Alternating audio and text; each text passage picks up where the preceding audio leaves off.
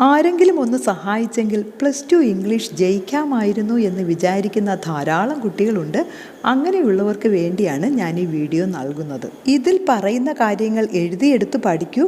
ഉറപ്പായും നിങ്ങൾക്ക് ജയിക്കാം. ജയിക്കേണ്ട കുട്ടികൾ കർശനമായി പാലിക്കേണ്ട ചില കാര്യങ്ങൾ ശ്രദ്ധിക്കൂ.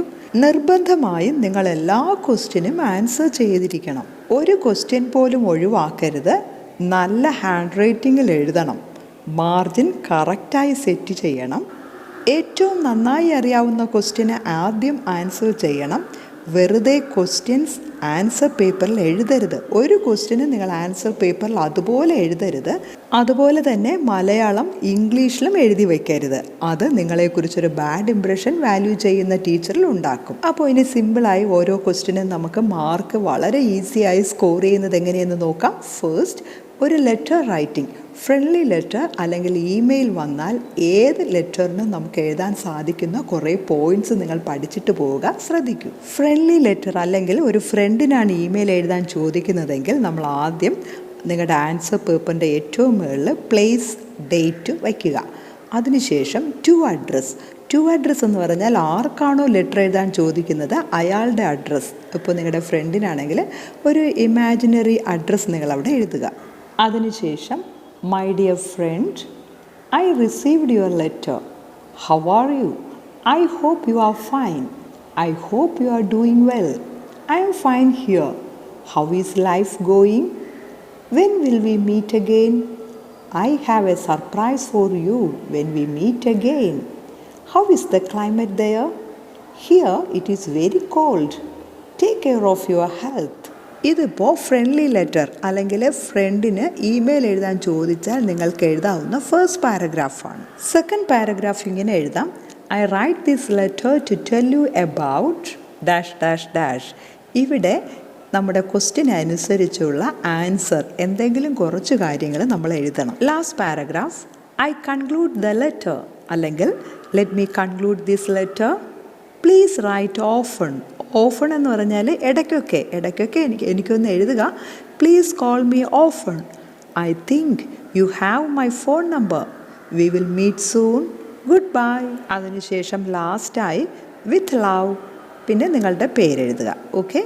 ഇനി നമുക്ക് 8 മാർക്സിനുള്ള ക്രിട്ടിക്കൽ അപ്രീസിയേഷന് വളരെ ഈസിയായി മിനിമം 5 മാർക്സ് എങ്കിലും സ്കോർ ചെയ്യാനുള്ള ചില ടിപ്സ് നോക്കൂ. ഈ തന്നേക്കുന്ന ടിപ്സ് ഒരു അപ്രീസിയേഷൻ അല്ലെങ്കിൽ ഒരു സ്റ്റോറിയുടെ റിവ്യൂ എഴുതാൻ ചോദിച്ചാൽ നിങ്ങൾക്ക് ഈ പോയിന്റ്സ് ഒക്കെ അതിൽ ചേർക്കാം. ഏത് പോയം അപ്രീസിയേഷൻ എഴുതാൻ ചോദിച്ചാലും എഴുതാവുന്ന കോമൺ പോയിന്റ്സ് എന്നൊരു വീഡിയോ ഞാൻ അപ്ലോഡ് ചെയ്തിട്ടുണ്ട്. അതിൻ്റെ ലിങ്ക് ഡിസ്ക്രിപ്ഷൻ ബോക്സിൽ ഞാൻ നൽകിയേക്കുന്നു. അത് ക്ലിക്ക് ചെയ്ത് അതിലെ പോയിന്റ്സ് നിങ്ങൾ കുറച്ച് നോട്ട് ചെയ്ത് വെക്കുക.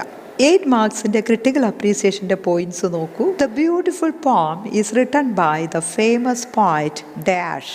നിങ്ങളുടെ ക്വസ്റ്റ്യൻ പേപ്പറിൽ ഒരു പോയറ്റിൻ്റെ പേര് കാണും. അതവിടെ നിങ്ങൾക്ക് എഴുതാം. അല്ലെങ്കിൽ ബൈ ദ ഫേമസ് പോയറ്റ്, അത്രയും എഴുതിയാലും മതി. This poem is simple with a relevant theme. വളരെ റിലവൻറ്റ് തീമുള്ള ഒരു സിമ്പിൾ പോയമാണിത്. ഈ ആൻസറിൽ ദ പോം ഓർ സ്റ്റോറി എന്ന് തന്നിട്ടുണ്ട്. സ്റ്റോറി റിവ്യൂ എഴുതാനാണ് കേട്ടോ. The poem is thought provoking. Thought provoking എന്ന് പറഞ്ഞാൽ ചിന്തോദ്ദീപകമാണ്, നമ്മെ ചിന്തിപ്പിക്കുന്നതാണ്. It has a powerful message. ഇതിനൊരു പവർഫുൾ മെസ്സേജ് ഉണ്ട്. ഏത് പോയമിനും നമുക്ക് ഈ പോയിന്റ്സ് ഒക്കെ എഴുതാം. The whole poem is fantastic and super. The theme of the poem has current relevance. ഈ പോയമിൻ്റെ തീമിന് ഒരു ആനുകാലിക പ്രസക്തി ഉണ്ട്. The poem is really interesting.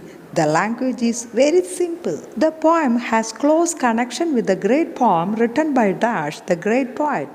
ഇവിടെ തന്നേക്കുന്ന പോയമായിട്ട് നമ്മൾ പഠിച്ച ഏതെങ്കിലും ഒരു പോയമായിട്ട് കമ്പാരിസൺ കാണും. ആ പോയം നമുക്കിവിടെ സൂചിപ്പിക്കാം. Both the poems have musical quality. +2-ന് ഒരു പോയം തന്നതിന് ശേഷം മറ്റൊരു പോയമായിട്ട് കമ്പയർ ചെയ്യാനാണ്. അതുകൊണ്ട് 2 പോയമിൻ്റെ കാര്യവും നമുക്ക് സെക്കൻഡ് പാരഗ്രാഫ് അല്ലെങ്കിൽ മറ്റൊരു പാരഗ്രാഫിൽ എഴുതാം. The poets employed many poetic devices like symbols. Poets ഈ പോയമിൽ സിമ്പിൾസ് പോലുള്ള പല പോയറ്റിക് ഡിവൈസസും യൂസ് ചെയ്തിട്ടുണ്ട്. അത് ഏത് പോയമിലും നമുക്ക് എഴുതാം. The word pictures in both the poems are wonderful. Everyone can enjoy the 2 poems. തന്നേക്കുന്ന പോയമിൽ റൈം സ്കീം നിങ്ങൾക്ക് കണ്ടുപിടിക്കാൻ സാധിക്കുന്നില്ല എങ്കിൽ ഇങ്ങനെ എഴുതുക. There is no definite rhyme scheme. Rhyme scheme കണ്ടുപിടിക്കുകയാണെങ്കിൽ ഇങ്ങനെ എഴുതാം. The rhyme scheme of the poem is dash. Both the poems are a visual feast to the readers.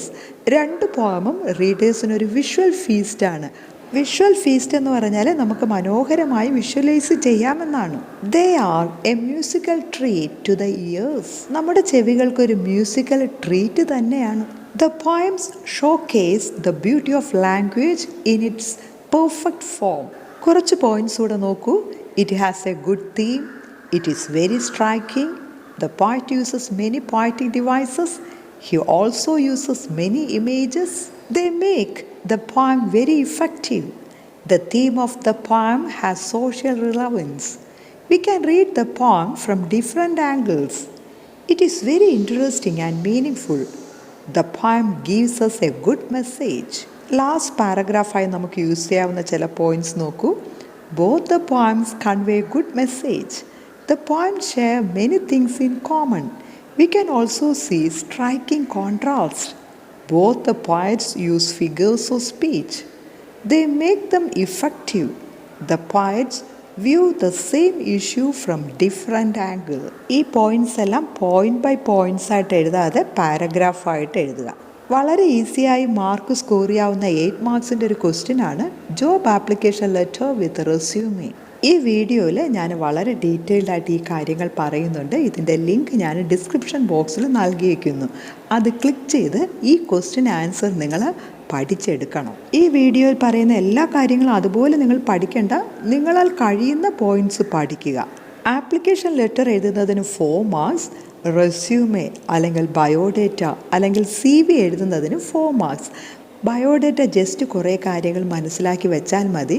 അത് നിങ്ങൾക്ക് ഈസി ആയിട്ട് മാർക്ക് സ്കോർ ചെയ്യാവുന്ന ഒരു ക്വസ്റ്റ്യൻ ആണ് കേട്ടോ. ഈസിയായി മാർക്ക് സ്കോർ ചെയ്യാവുന്ന മറ്റൊരു ക്വസ്റ്റ്യൻ ആണ് ഇമെയിൽ റൈറ്റിംഗ്. ഈ വീഡിയോ കണ്ട് ഇമെയിലിൻ്റെ ഫോമാറ്റ് ജസ്റ്റ് മനസ്സിലാക്കുക. അതൊന്ന് എഴുതുകയാണെങ്കിൽ ജസ്റ്റ് 2 മാർക്സ് നിങ്ങൾക്ക് കിട്ടാൻ ചാൻസ് ഉണ്ട്. അതിൻ്റെ ലിങ്കും ഞാൻ ഡിസ്ക്രിപ്ഷൻ ബോക്സിൽ നൽകിയേക്കുന്നു. മറ്റൊരു ക്വസ്റ്റ്യൻ ആണ് സ്പീച്ച്. 6 അല്ലെങ്കിൽ 8 മാർക്സ് ക്വസ്റ്റ്യൻ. വളരെ സിമ്പിളായൊരു സ്പീച്ച് നോക്കൂ. Dear friends, I stand before you to speak about the topic dash.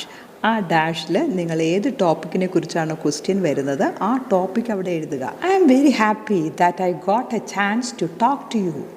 I have a lot of ideas about this topic. I thank the organisers for giving me an opportunity to speak before you. You can agree or disagree with my views.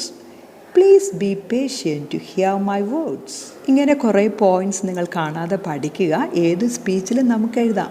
അതിനുശേഷം അടുത്ത പാരഗ്രാഫായി തന്നേക്കുന്ന ടോപ്പിക്കിനെ കുറിച്ച് നിങ്ങൾക്കറിയാവുന്ന കാര്യങ്ങൾ വളരെ സിമ്പിളായി എഴുതുക.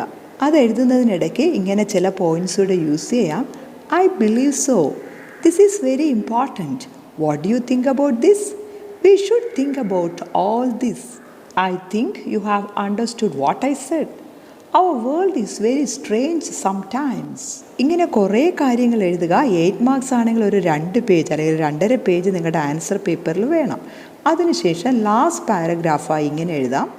It is time to end my speech. Thank you for your patience. Please think about my ideas. Ideas can change lives. It is time to be active. We hope for a better tomorrow. Always remember that. Wishing you all a great day. Thank you. Another question, interview writing or conversation. അപ്പോൾ interview ചോദിക്കുമ്പോൾ ആരോട് ചോദിച്ചാലും നമുക്ക് എഴുതാവുന്ന ചില common ആയിട്ടുള്ള ക്വസ്റ്റ്യൻസും ആൻസേഴ്സും ഞാനിതിൽ തരികയാണെങ്കിൽ ഇത് നിങ്ങൾ പഠിക്കുക. ഇതുപോലെ ഇൻ്റർവ്യൂ റൈറ്റിങ്ങിന് ഞാൻ മറ്റൊരു വീഡിയോ അപ്ലോഡ് ചെയ്തിട്ടുണ്ട്. അതിൻ്റെ ലിങ്കും ഡിസ്ക്രിപ്ഷൻ ബോക്സിൽ നൽകിയിരിക്കുന്നു. ഒന്ന് നോക്കൂ. ഇൻ്റർവ്യൂ റൈറ്റിങ്ങിന് കുറേ കോമൺ ക്വസ്റ്റ്യൻസ് നോക്കൂ. Can you tell us something about your childhood? My childhood was a nice one. I had happy and sad experiences. My parents, my teachers, my elders, my friends, everyone helped me a lot. I am thankful to them. I enjoyed my childhood. ഇത്രയും lengthy ആയ answer വേണ്ട. ഇതിൽ 1-2 points മാത്രം എഴുതിയാൽ മതി. Second question, what is your opinion about the youngsters in India? നമ്മുടെ young ജനറേഷനെ കുറിച്ച് എന്താണ് നിങ്ങളുടെ അഭിപ്രായം? അതിൻ്റെ ആൻസർ നമുക്ക് ഇങ്ങനെ എഴുതാം.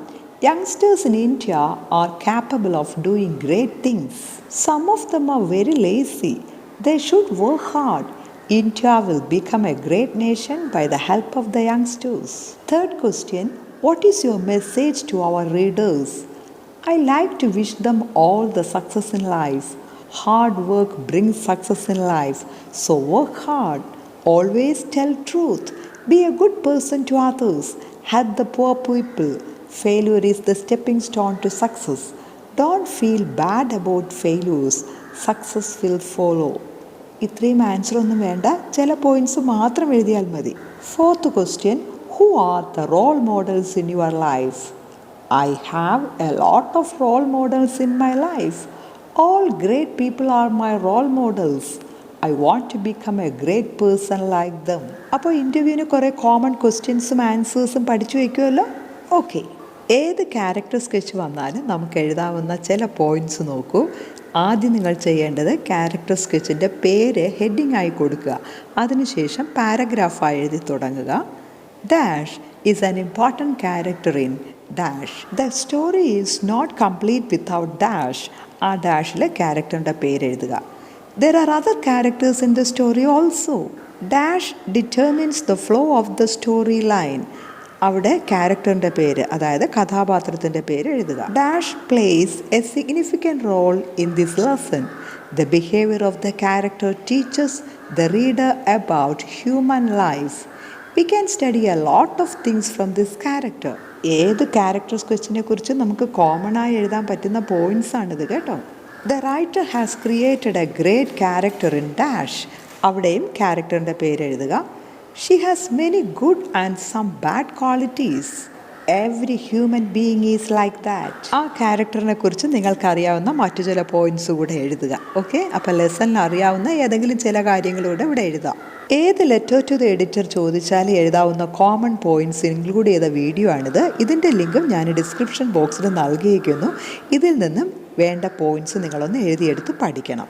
മറ്റൊരു ക്വസ്റ്റ്യൻ, ഒരു പ്രോഗ്രാം ചാർട്ട് തന്നതിന് ശേഷം അല്ലെങ്കിൽ നിങ്ങളോട് പറയും നിങ്ങളുടെ സ്കൂളിൽ ഇങ്ങനെ ഒരു പ്രോഗ്രാം നടന്നു, അതിൻ്റെ റിപ്പോർട്ട് എഴുതുക.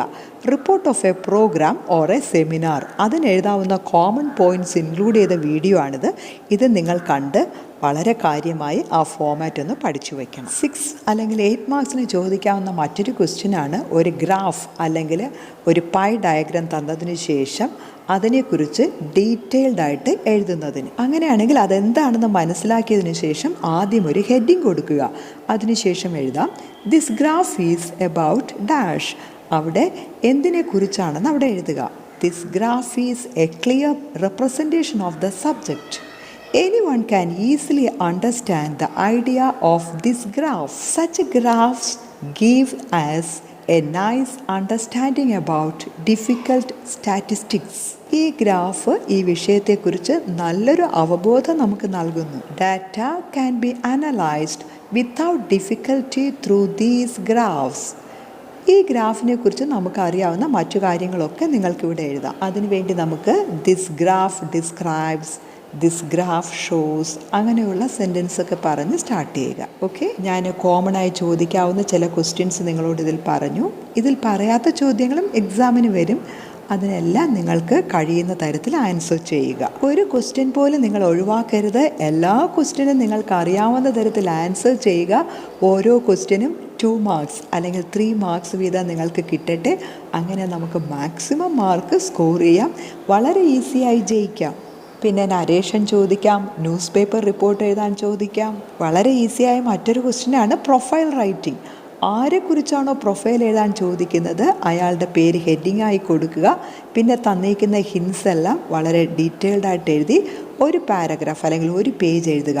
അതിന് വേണ്ട കാര്യങ്ങളൊക്കെ ഞാൻ ഈ വീഡിയോയിൽ പറയുന്നുണ്ട്. ജസ്റ്റ് കേൾക്കുക. മോഡൽ ആൻസർ ഉണ്ട്. ഇതിൻ്റെ ലിങ്കും ഡിസ്ക്രിപ്ഷൻ ബോക്സിലുണ്ട്. വളരെ കൂളായി നമുക്ക് എക്സാം ഫേസ് ചെയ്യാം. Good luck.